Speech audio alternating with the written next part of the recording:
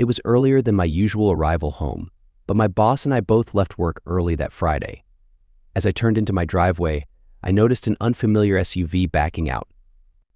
To my surprise, my wife Carol was in the front passenger seat, and my 10-year-old daughter Cheryl appeared in the rear passenger window. I rolled down my window, waved at them, expecting a smile in return. Instead, I heard Cheryl say, "We're mad at you," as the SUV drove away. Confused, I wondered why they were upset. I knew I would find out when they got back, so I parked in the garage and entered the house. Carol and I had been married for 12 years. It was her second marriage, as her first one ended due to infidelity. This was my first marriage, and I had always remained faithful. During our earlier conversation, Carol had mentioned needing to pick up a few things, so I assumed they had gone out shopping. I figured one of her friends must be driving since she was in the passenger seat. I went to the kitchen, grabbed a cold drink from the fridge, and settled in the living room to watch some TV. I sipped my drink, trying to relax after the day's work. Once I finished my drink, I glanced at the time and realized I still had some time before the girls returned. I decided to take a quick shower. After showering, I went to the walk-in closet to grab some clean clothes. I put on a pair of jeans and went to the den to watch some more TV. However, I couldn't focus on anything. Something felt off, but I couldn't put my finger on it.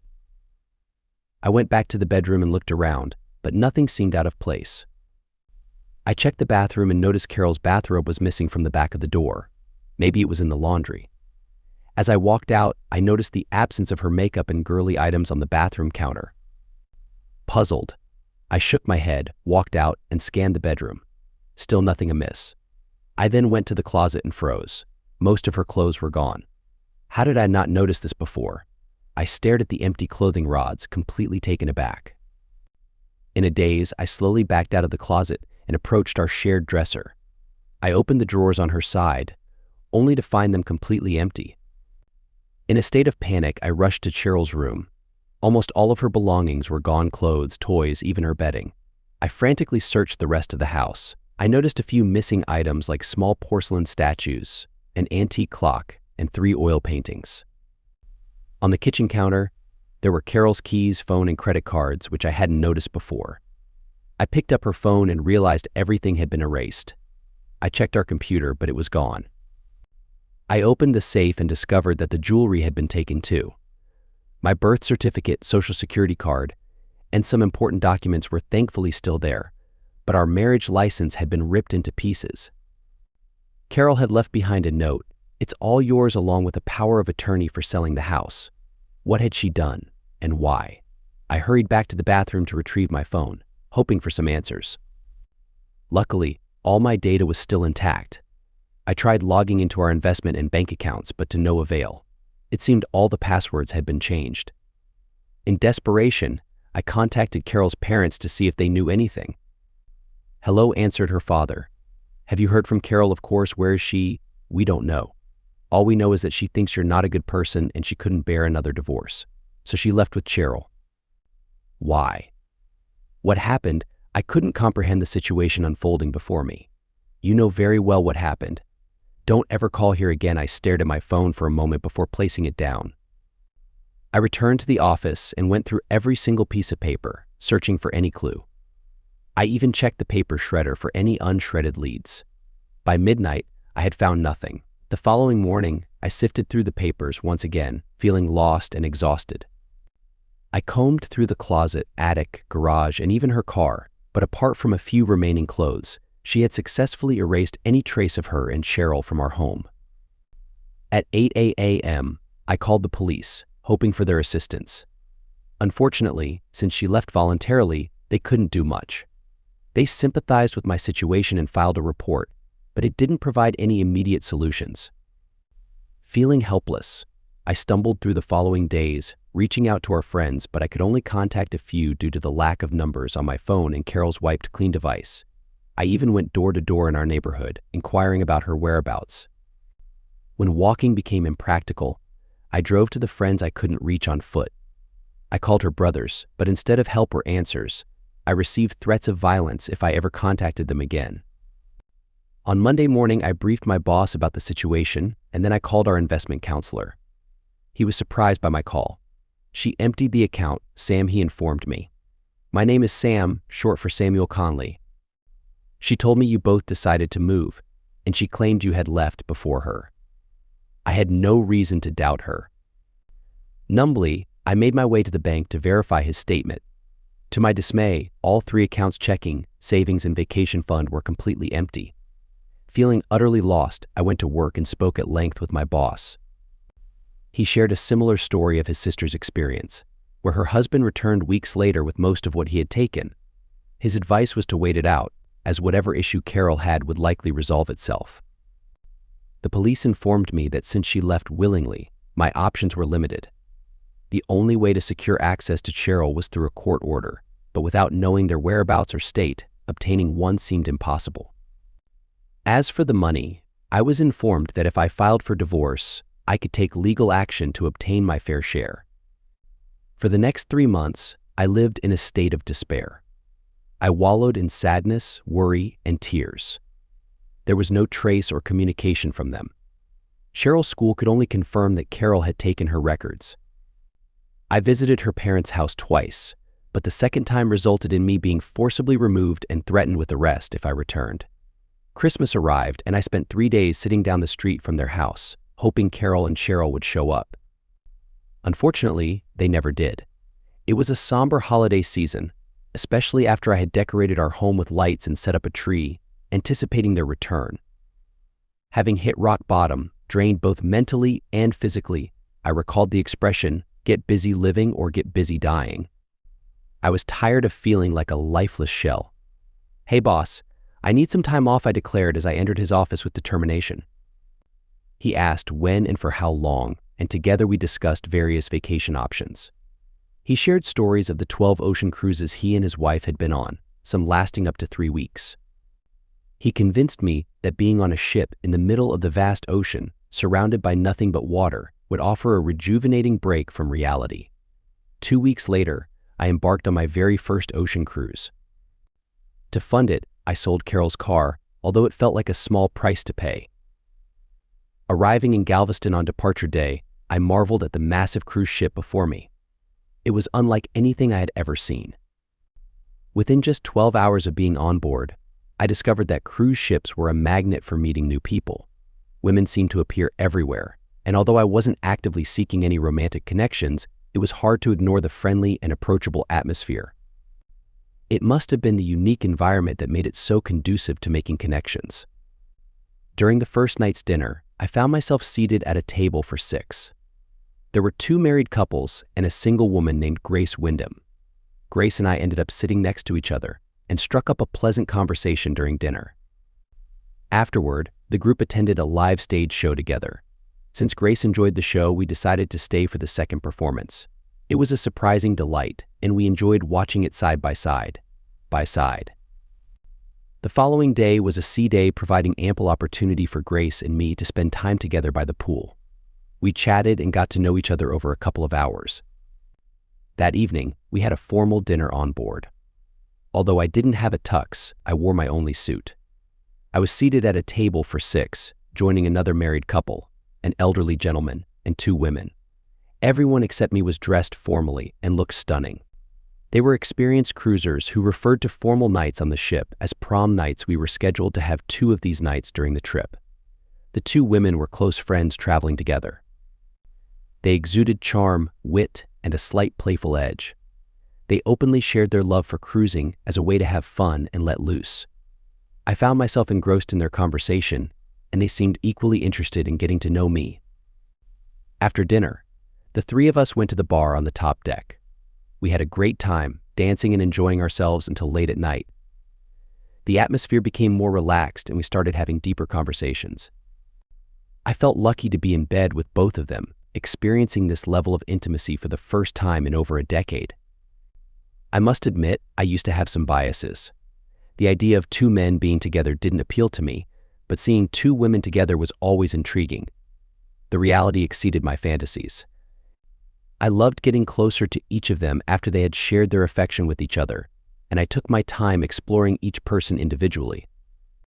I cannot imagine anyone not appreciating the beauty of 2 attractive women showing affection towards one another, and the sight of their connection was awe-inspiring. When I engaged in intimate activities with the first person, their body felt warm, as expected. However, when I switched to the other person, their body seemed even hotter. This pattern continued, with each new encounter feeling hotter and more passionate than the last. By the early hours of the morning, we were sitting on their balcony, enjoying the view of Cozumel. We eventually returned inside, and they graciously bid me farewell with some delightful farewell hugs.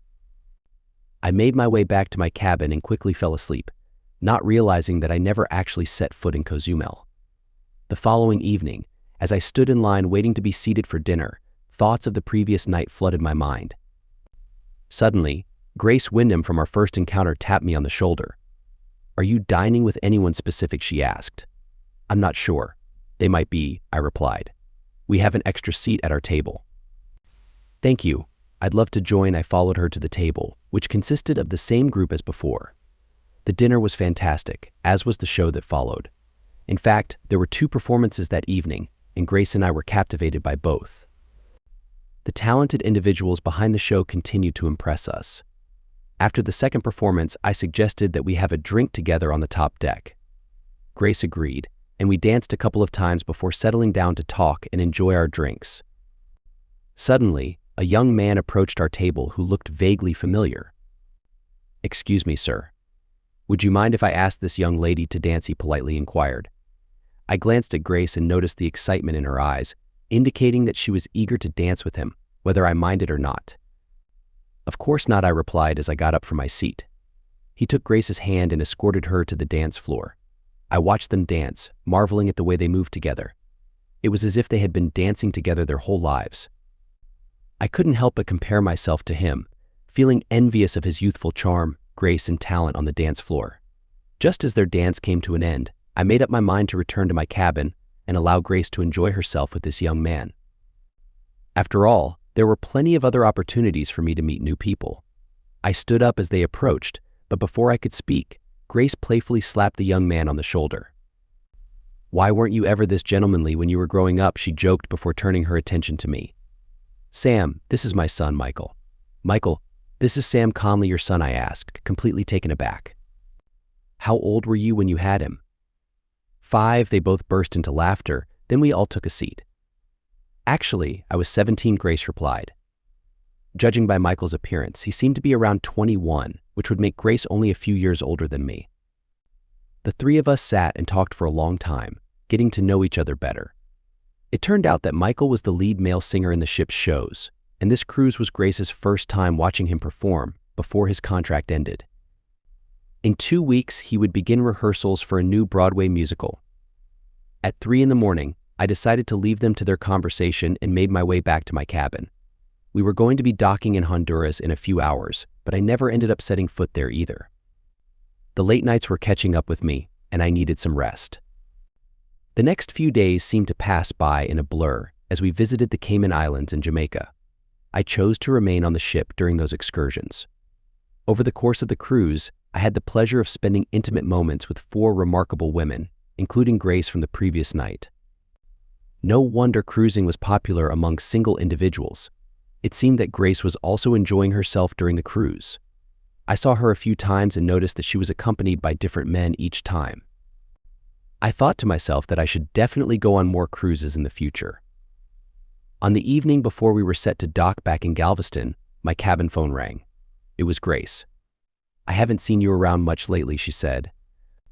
"I've been keeping myself occupied," I replied with a laugh. She chuckled. "I've been having a blast too. It feels like I'm back in high school." "Oh, too much studying," I teased. "Yeah, something like that," she giggled. But cruising has been even better than I imagined. My son says it's a non-stop party in the crew area. I can relate. I've had a few sleepless nights myself. I'm looking forward to getting home and finally getting some rest. Absolutely, she agreed. There was a brief pause before she continued speaking. "Listen, Sam, you live in Lake Charles and I'm in Houston. Would you be interested in meeting up after the cruise?" I didn't hesitate. "I'd love that, but before we make any plans, I think there are a few things you should know about me. How about we have dinner and chat?" During dinner, we opened up to each other, sharing our personal stories. Grace had become a mother at a young age, and had worked tirelessly to provide a good life for her son, who had a good relationship with his father. Michael was proud to be a part of his first Broadway show. She had done really well for herself. After graduating high school, she landed a job in a fancy department store. It was her only job, and now she was the district manager for 3 other stores. We talked for a long time before sharing a heartfelt goodbye in her cabin. The next morning, we arrived at the dock and I drove home. Things hadn't changed, and I still hadn't heard from Carol or Cheryl. I waited a week before reaching out to Grace.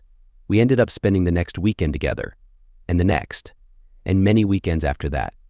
About 6 months into our relationship, we decided that I should move to Houston and live with her. I worked at one of the refineries in Lake Charles.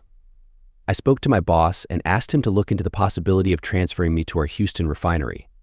He checked, and another month later, my house was up for sale, and I was living in Houston with Grace. I had been in Houston for 6 months, and Carol had been gone for over a year when I filed for divorce. Once it was finalized, Grace and I got married and embarked on our honeymoon cruise. She was the only person I shared a bed with on that cruise, and vice versa. Meanwhile, Grace's son Michael had achieved great success in New York. His play had sold out, and he was becoming a rising star. We visited New York twice to see him. I often thought about Cheryl and wondered, and worried about her. Life continued, and after 4 years, I climbed another rung on the corporate ladder at my company. Michael was in Hollywood filming his second movie, the first of which was shot on location in Europe. He invited us to visit, so we went. We stood behind the scenes, watching as he filmed different scenes. Between each take, people would come to him to touch up his makeup, adjust his clothes, or fix his hair. I observed as he received a folder before every scene. Later that evening, over dinner, I inquired about those folders. He explained that they contained changes to the dialogue for the upcoming scenes.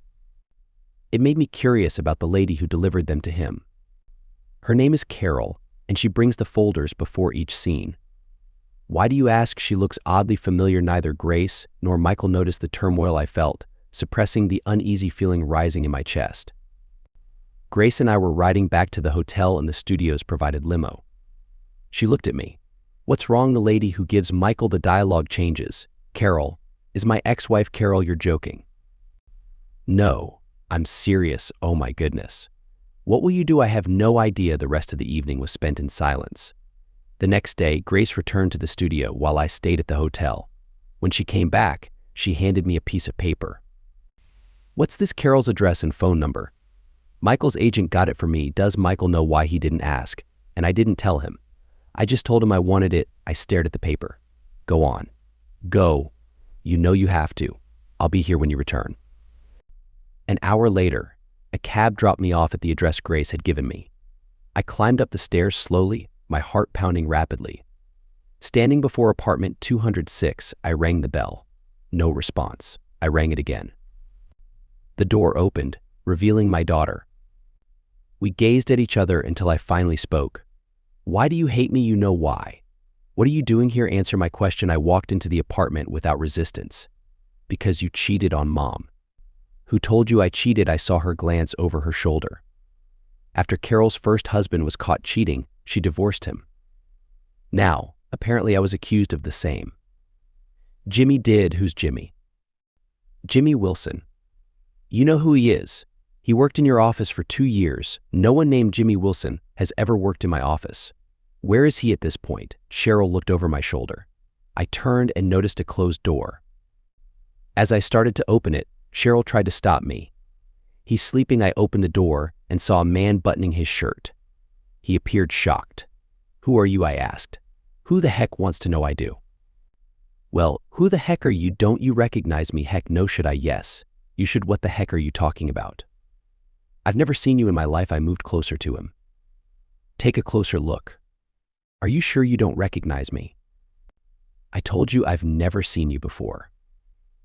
Now get the heck out of my apartment before I call the cops. My name's Sam. You act like that should mean something. Sam Conley. You told my daughter that you worked in my office for 2 years. Sam Conley? I don't know any say. Oh shoot, yeah. Oh shoot. Now tell me why you told my wife that I cheated on her. I don't have to tell you anything, buddy. She's mine now, so you can get lost." I stepped closer to him, but he dodged around me and ran out of the apartment. "Oh my goodness, I can't believe you did that. What did Cheryl just say?" "Heckin', what did I do? You tried to hit Jimmy." "I didn't try to hit him, and you hurt him. He doesn't know me, and he never worked in my office. You're lying. You caught him off guard, otherwise he would have beat you up." "I'm going to call Mom." I stood there as she made the call. "Mom, Dad's here," and he scared off Jimmy. Pause. "I'm not joking." I grabbed the phone. "He lied to you, Carol. You're the one who is lying," she replied. "He had pictures. Now get the heck out of my house before I call the police." "Where are the pictures?" "I want to see them." "Forget it. You disgraceful son of a gun. Now get out of my house," and she hung up. Carol had never used such language before. The strongest word she had ever used was darn, and she always scolded me when I swore. And now Cheryl was saying heckin'. I swore occasionally, but rarely around Carol and never around Cheryl. These were not the two people I knew and loved. I tried to talk to Cheryl, but she refused to listen, and after just a few minutes I heard sirens and someone rushing up the stairs. The police didn't handcuff me, but since I didn't live there, I had to leave. I attempted to explain what happened, but they weren't interested. I had been asked to leave, so I was obligated to do so. "Not without my daughter," I protested. "I'm not his daughter." "He's a lying man," she exclaimed. She used profanity again. I simply looked at her, shook my head, and walked away. I walked for a long time before finally hailing a cab and returning to the hotel. When I arrived, Grace and I discussed the situation. Michael came to take us out for dinner, but I opted not to go. I tried to remember anyone named Jimmy Wilson, but my mind drew a blank.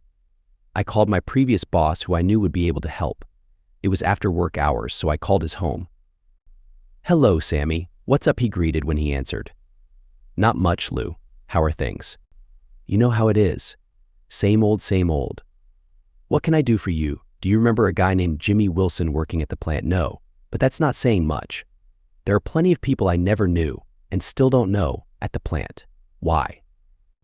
"His name came up today, and I was just curious. I was told that he worked at the plant.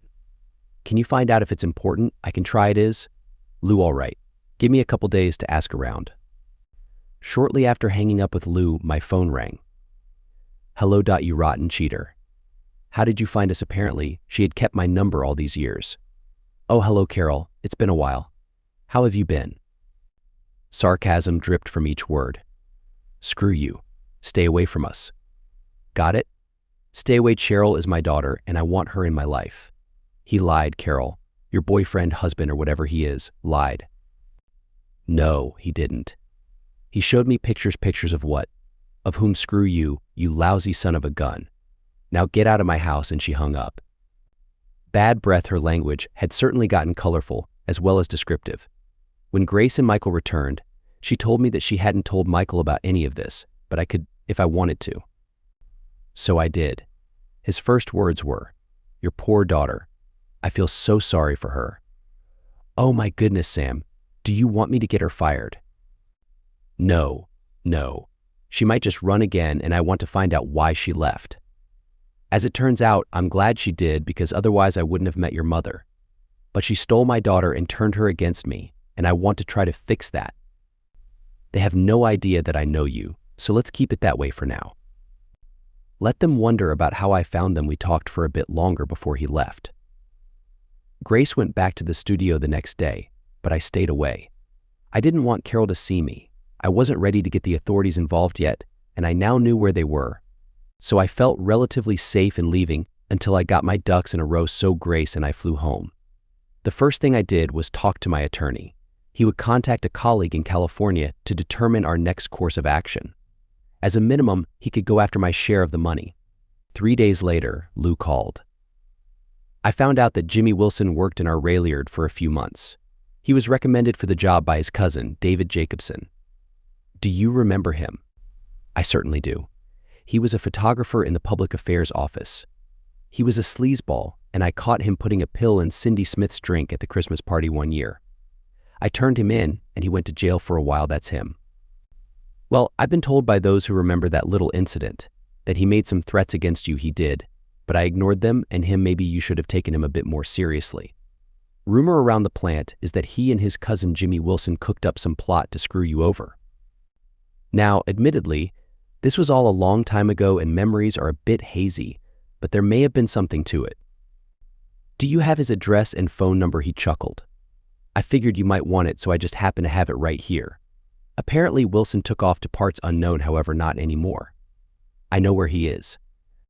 We're living with my ex-wife and daughter in California. Oh my goodness. Are you sure? I saw him there a few days ago. Well, goodness gracious. Jacobson still lived in Lake Charles and Grace, and I talked at some length about what to do. I was conflicted.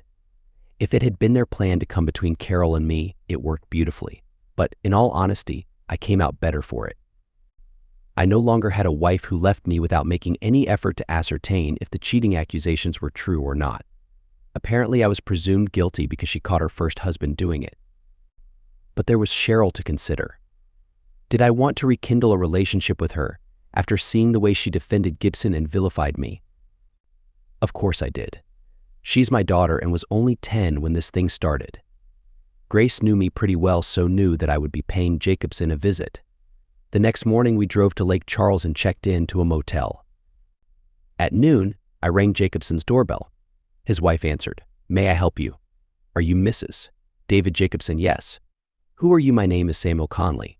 Is your husband here? No. Do you have a few minutes? I'd like to talk to you about him. What about him? I took a deep breath. This was it. My wife and daughter left me 5 years ago, and I think he was at least partly responsible, and I would like to find out for sure how was he responsible. It's a long story. She looked at me for a long time.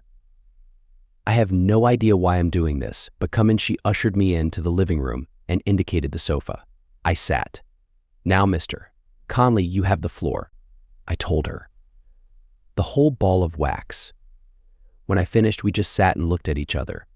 Finally, she spoke. David and I have been married for just over 2 years, but I've known him for almost 4. One of the first things he talked about was how he broke up the marriage of the man who caused him to go to jail on a false charge. A short pause. And you say he drugged some girl? She asked. Yes, I saw him putting a pill in her drink at our company party. I reported it and it turned out to be a date drug again. We just looked at each other. Finally, she spoke. What did you expect me to be able to do for you? I have no idea. I'm just grasping at straws, trying to figure out how to get my daughter back. She stood. If I think of anything I can do to help, I'll call you, she said, dismissing me. I left my phone number and went back to the hotel dejected. The next morning, Grace and I were having breakfast when my phone rang. Hello, Mr. Conley. Yes, this is Anita Jacobson. You were at my house yesterday? Yes, Mrs. Jacobson. Could you come over? I may have something for you. An hour later, I was sitting in her living room. Your visit started me thinking. After we moved in together, I found a container of Rohypnol and asked him about it. He told me it was for his insomnia. I've never known him to need help sleeping, but occasionally I check and there are a couple of pills missing. She said, and he still brags about convincing his cousin to help break up your marriage, but it worked out differently than they expected. Jimmy and David apparently helped her get away from you. But somewhere along the way, Jimmy and your wife ended up living together. Yes, I know. I saw them a few days ago in Los Angeles. Oh my, you did? They thought you could never find them. A long pause. Then she stood. I'd like to show you something. She walked away. I stood and followed. We went to what was obviously a photography studio. For the last few months, I have suspected David of cheating on me. I've found pictures of women in compromising positions in his files. 2 of them are friends of ours. They're both married, and I'm sure he has slept with them, and knowing both of them, I would be shocked if they did it of their own free will. Then she pulled a stack of photos out of a bottom drawer and handed them to me. She sat and watched as I looked through them. In some of the photos you could identify the subjects. In others you could not. I didn't know either of the 2. The first few photos showed them dressed and obviously hugging. Other pictures showed them in various stages of intimacy and then closer intimate moments. The last one I looked at had my picture in it, and I was intimately close with some woman, and I had no idea who she was. Whoever the man was, it wasn't me. David showed me those and said that they caused your divorce. He laughed every time he told the story and bragged about how he was one of the first people to know how to edit photos. At first, I had no idea what that meant, but I came to know. He gave copies of them to Jimmy, who called your wife and told her he worked with you and had pictures of you cheating. He arranged to meet her and showed them to her. Then he had her meet David, who corroborated his story, and between them, they convinced her the man in the photos was you. The picture of your face with that woman convinced her. David is very proud of what they did and, as I said, still brags about it. He couldn't believe your wife bought their story. She paused, then handed me another stack of photos. Look at these. The last one showed the same picture of the woman being intimate, but the face of the man was different. If you look at the last one, the man has a tattoo of a black leopard on his shoulder. The one with you in it doesn't have the tattoo. I just shook my head. David did a pretty good job of editing, but he made a small mistake. We have been out to visit Jimmy. I met your wife and daughter. They are not nice people. Your daughter has been in trouble for shoplifting. She has spent time in a youth facility of some sort, and your wife has struggled with substance abuse. She isn't my wife. I think she may be involved with Gibson. They're not married, I can tell you that. They were together for a while, but then he left and went to Seattle. He just went back to California about a year ago. When we were there, Jimmy, David, and I went out drinking, and they laughed and bragged about what they did. Up until yesterday, I thought they were exaggerating, but now. I'm sorry, Mr. Conley. It happened before I met him, and I think it is despicable. I was sitting on the fence about his affairs, but what they did to you is beyond evil. And if, as I suspect, David drugged our friends, he deserves to be held accountable. There was another pause before she added, Jimmy Wilson is a terrible person with an unbelievably foul mouth. He doesn't care what he says, where he says it, or who he says it to. He's also a coward with neither scruples nor conscience. There was a slight pause. I guess that describes my husband as well. I couldn't say anything. She was a woman who finally convinced herself that her husband was a certified cheater. She went back to the bottom drawer and brought out a video. Take those pictures and this video. Use them as you will. I won't tell David you were here or that I gave you this stuff. She led me to the door. Thank you, Mrs. Jacobson. You've answered a lot of questions for me. You are welcome, Mr. Conley. You've helped me make up my mind about a couple of things. I can only deeply and sincerely apologize for my husband and hope that things turn out well for you. Actually, they have. Thank you. We shook hands. 12 years and Carol never asked me about the accusations or gave me a chance to defend myself. 12 years. It appeared more and more likely that I suffered because her first husband cheated and was caught. After I calmed down, I went back to the motel and hugged Grace. I felt that things had, indeed, turned out well for me. Now, if I could just get my daughter back. I told her about my visit with Mrs. Jacobson and showed her the photos. After looking at them and shaking her head, she asked, "What's on the video? I have no idea. Why don't I go to the lobby while you watch it? Why don't we watch it? Why don't we watch it together?" I took out my laptop and we played the video. It started with Carol sitting on a bed. It looked like she had just finished crying. Jimmy Wilson was sitting next to her and was speaking. "God darn it, Carol. The guy cheated. You owe it to yourself to get even. Now drink this. It will serve him right." He handed her a drink. She took the drink and sipped it. "Don't sip it. Drink the stuff. It will make you feel better." She gulped it down. They just looked at each other and fidgeted for a couple of minutes. Carol tried to rise, but he held her down. "Maybe I should go home," she almost whispered. "No way. You came here to get even, and that's what you are going to do. Now, just relax and I will get you some more to drink." He left and was back in just a few seconds with another glass of liquid. "Here. This will make you feel better." She gulped it down as well. They sat there and Wilson stroked her arms, brushed her hair, and hugged her. Then he ran his hand over her left part of her body. He did it again, with more pressure this time. She closed her eyes and breathed a bit harder. The third time he touched her. He then stood, took her hands and pulled her up. When she was there, he turned her around and whistled. "Man, what a fantastic body. I'm going to enjoy this." I saw Carol smile. She was starting to get into this. "You are, yes, absolutely. I'm going to make you feel so good. Do you have to keep using that word? What word? The F word?" Oh, you mean fudge? Sure, I can say fudge. And you will too. You'll be begging me to make you feel good. Never. I dislike that word before I'm finished with you. You'll enjoy it, he said as he pushed her down on the bed. And so it started. He started hugging her. I saw her smile. They always did. She loved to have her favorite treat, and he did it well. He had her bouncing off the bed and moving her hips to meet his mouth. Then he crawled up her body and on his knees rubbed the head of his. Do you want it? He asked. Yes, then tell me I want it. Why do you want it? I need it to do what connect with me, connect with you, and what? Do it to me, do what to you, make love to me, no. Tell me you want me to enjoy time with you, I can't. He started to get up and she held him. Don't go, then say it, I can't. He got up and walked out of camera range. This person doesn't want to get even with her mean husband. He can do whatever he wants and she won't do anything about it. He's a lucky guy. His wife will let him get by with anything. Then another voice. I assumed it was the one running the camera. Yeah, she doesn't care. Look at her at this point. Carol's hand was rubbing her leg. Whatever she had been given to drink was really starting to take effect. In all the years we were married, I had only convinced her to touch herself twice, and I loved watching her do it both times. Then she spoke. Come back, Jimmy. I'm sorry. Come back and be with me. Be with you in what way? Jimmy must have been standing beside the cameraman because Carol was looking right at the camera. Don't make me say it. Enjoy time with you. If you want to be close to me, tell me. Here I am. See me? And her eyes moved down from looking directly at the camera.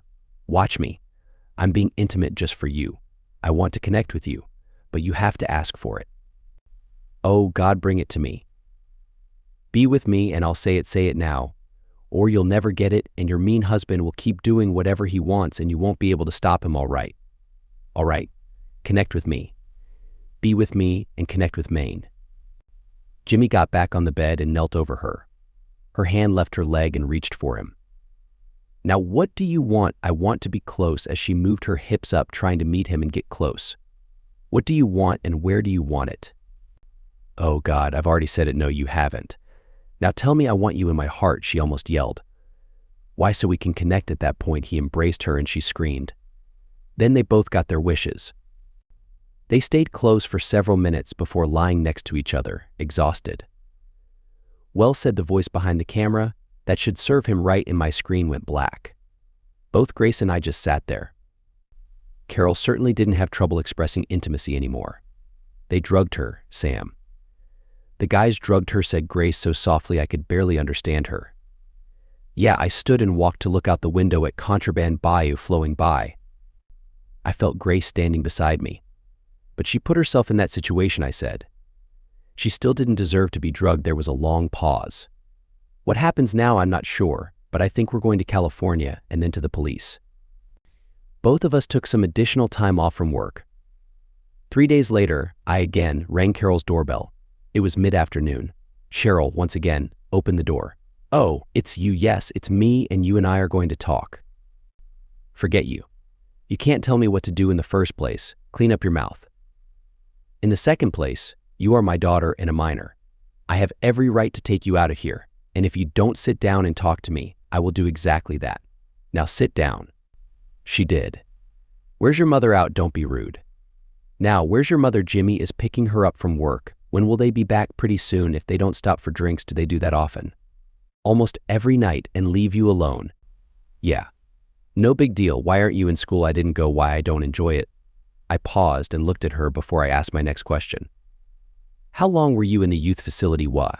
How did you know about that? Answer the question, and don't try to lie. Which time? The one for shoplifting. Her eyes opened wide. Oh, no, she said under her breath. I told you to clean up your mouth. I was there for 2 months. What did you steal? Booze. Why? Jimmy was out and we didn't have any money. What did your mother say? She was upset. Why? Because you stole? Or because you got caught? Both, I guess. But mostly at him for telling me to do it. Has he lived with you the whole time since you left me? No.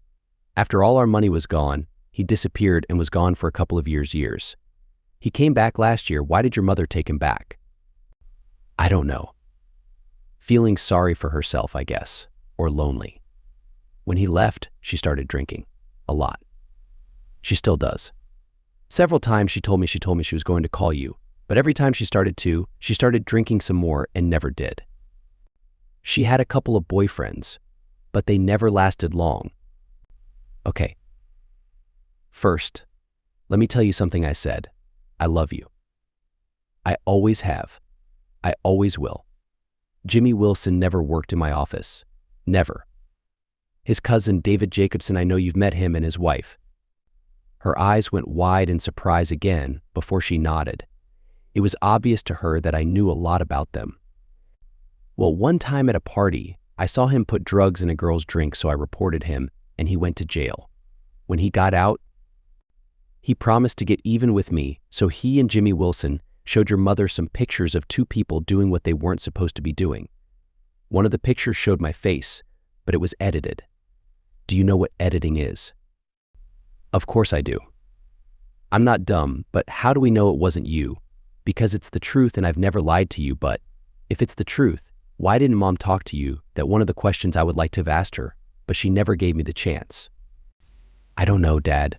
I'm all mixed up, I know. I've just recently discovered all of this and am trying to work it all out myself. Just then the door opened and they walked in. Carol and Jimmy Wilson.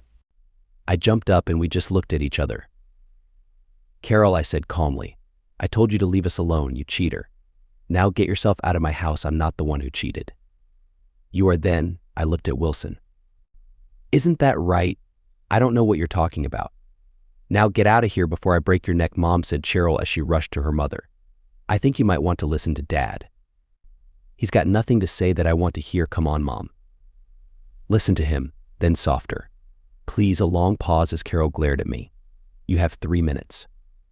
Then I'm calling the police, Carol said to me as she threw her purse on the sofa, crossed her arms, and continued glaring at me. Well, I don't have to listen to his nonsense. I'm leaving, said Wilson. I stepped in between him and the door. No, you're not. You're going to stay and listen. He moved towards the window and stood there. I started. Carol, what evidence did he, pointing at Wilson, give you that I was cheating? I told you before. Pictures, these pictures. I tossed 4 photos that David's wife had given me. Yes, these, she said as she quickly looked through them. Where did you get them? Take them out of your collection. They aren't from my collection. They're from David Jacobson's collection. Remember him? They're part of this set, and I tossed the rest of the pictures to her. The ones showing the faces of the lovers, in case you might still be in doubt, I said. Look at these 4 together. I took all of them and picked out 2 they claimed were me and the same 2 of the originals. Notice anything different? No. Should I notice the tattoo? The mistake he had made was to erase, or whatever you do to a photograph, the panther in the photo he put my face on and the ones he had shown Carol, but he forgot to erase it in one of the others. When I showed both copies of the same 2 photos to Carol, it was immediately apparent she had been lied to. She went pale and Cheryl ran over to look at them and saw most of them before Carol could take them away. Then she looked at Wilson. He's lying, said Wilson. He changed them. She looked back and forth between Wilson and me, not knowing who to trust or believe. I looked at him. Who said anything about changing anything? The only way you would know anything was changed was if you knew about it. I continued talking. They showed you the doctored photos and convinced you I cheated. Then the 2 of them drugged you so Wilson could take advantage of you. I have proof of that. I waved the video at her. It's all right here for you to see. And I wouldn't be surprised if there wasn't one of both of them taking advantage of you after they drugged you again. At that point, her eyes went wide, and she shot an angry look at Jimmy. Then she charged at him. You cheater. You disgusting pig. I'll teach you a lesson. As she was confronting him, Cheryl had backed up and stood against the wall while Wilson was retreating towards the door. He's lying. He's lying. He's lying. He almost screamed as he tried to defend himself. He made it to the door and quickly escaped. Carol, exhausted, sat on the sofa and cried. Cheryl slowly made her way to me and hesitantly touched my arm. I looked at her and she was crying. I'm so sorry, Daddy. She hadn't called me Daddy since she was 5. I took her in my arms. Cheryl and I stood like that and watched her mother cry. Finally, Cheryl moved out of my hug, patted me on the arm, sat beside her mother, and hugged her. I went to the kitchen, got a glass of water, and gave it to Carol. Then I sat across from the sofa and watched them. I had my daughter back, and that was all that mattered. The fact that Carol now knew I never cheated was a positive, but I no longer cared what she thought. She sipped her water and looked at me. "What happens now?" she asked. "My suggestion to you is to find an attorney and see if you can prosecute Wilson and Jacobson. You have the pictures in one video, and if your reaction to my comment about both of them taking advantage of you is any indication, you know that at least one more video exists, and you probably know where it is." She nodded, then said, "What about us? There is no us, Carol. US died when you believed those two and never gave me a chance to defend myself." "Oh, Sam, I am so sorry." "Me too, Carol. Not only did you betray me, but you kept my daughter away from me for over 5 years. We can't get those years back, and I'll never forgive you for that." Cheryl came and sat on the arm of the chair I was sitting in and put her arm around me. Carol got up and went to the bathroom. I looked at my daughter. That was a nice thought, my daughter. Anyway, but I looked at my daughter. "Are you okay?" "I think so," she said. "There are all kinds of things going around in my head. Would you like to have dinner with me, and we can talk about them? I don't know if I should leave Mom, I understand. How about tomorrow?" She smiled and nodded. Carol came out. I stood. I should be going. "Cheryl and I are going to dinner tomorrow evening." Carol nodded. I looked at Cheryl. "I'll pick you up here at 6. Okay." We hugged and I left. As soon as I was on the street, I called Grace and brought her up to date. The trip back to the hotel was full of emotions. I was beyond happy that my daughter might be back in my life and happy that Carol now knew the truth, but I was also sad and disappointed that she had been deceived by Wilson and Jacobson. Not once, but twice in the case of Wilson, who by all appearances could easily come and go from her life. I decided to try to help her bring them to justice if that's what she chose to do. I was also going to see if there was anything I could do to them. Grace was waiting when I opened the door. She flew into my arms and we held each other in the doorway. The next 2 evenings, Cheryl and I had dinner alone. Then, on Saturday, we spent the morning together before meeting Grace. I had told her about Grace at our first dinner. Both of them were nervous about meeting. When Cheryl first saw Grace, she stunning came out of her mouth, followed immediately by, "Oops, sorry, Dad." Grace's first words to Cheryl were, "How's your mother?" Better, but still in shock. Going back to work will help her. It was a good day. We took Cheryl home and Grace met Carol. It went as well as could be expected.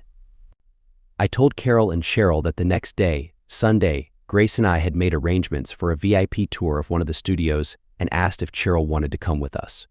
She was excited. "Which studio?" asked Carol. We told her. "That's where I work. VIP tours are rare. Sunday tours are even rarer. I'll be working because they're behind on shooting. Maybe I'll see you." The next morning, the limo provided by the studio picked up Grace and me, and then we stopped by to get Cheryl. She had never ridden in a limo before. I loved seeing her excitement. We toured most of the studio with one of their VIP escorts before going to the set where Michael was shooting. They told him we were there, and he came over to us and hugged his mother. She introduced him to Cheryl, who was too shocked and wide-eyed to say anything. He put his arm around her and said, "Come with me." He led her off to introduce her to several other members of the cast. They were gone for about 20 minutes, and when they came back, she was giggling like a little girl. "I have to get back to work," he said. He hugged his mother, shook my hand, and then hugged Cheryl on the. "Don't be strangers," he said. "This guy is so kind," I thought as he walked away. Cheryl was literally beside herself. "Wow, she's amazing," she said, "but I am getting better. I can't believe he's your son," she said to Grace. The next time we saw him, he was getting prepped by the makeup people, costumers, and of course the script girl, Carol. When she brought him the new lines, he started talking to her and then pointed at us. Cheryl waved at her. She looked pained when she smiled and waved back. I haven't seen much of Carol since that day. Cheryl now spends the school year with us and her summers with her mother in California, but her California summers keep getting shorter because she prefers Houston and us. Whenever she comes home, Houston is home to her now. She tells us that Carol's drinking problem is getting better. It took over a year, but both Wilson and Jacobson were prosecuted and jailed for drugging Carol and the 2 married friends Jacobson's wife told me about. She left her husband and testified against him. Cheryl hasn't said any inappropriate words in front of me in 2 years.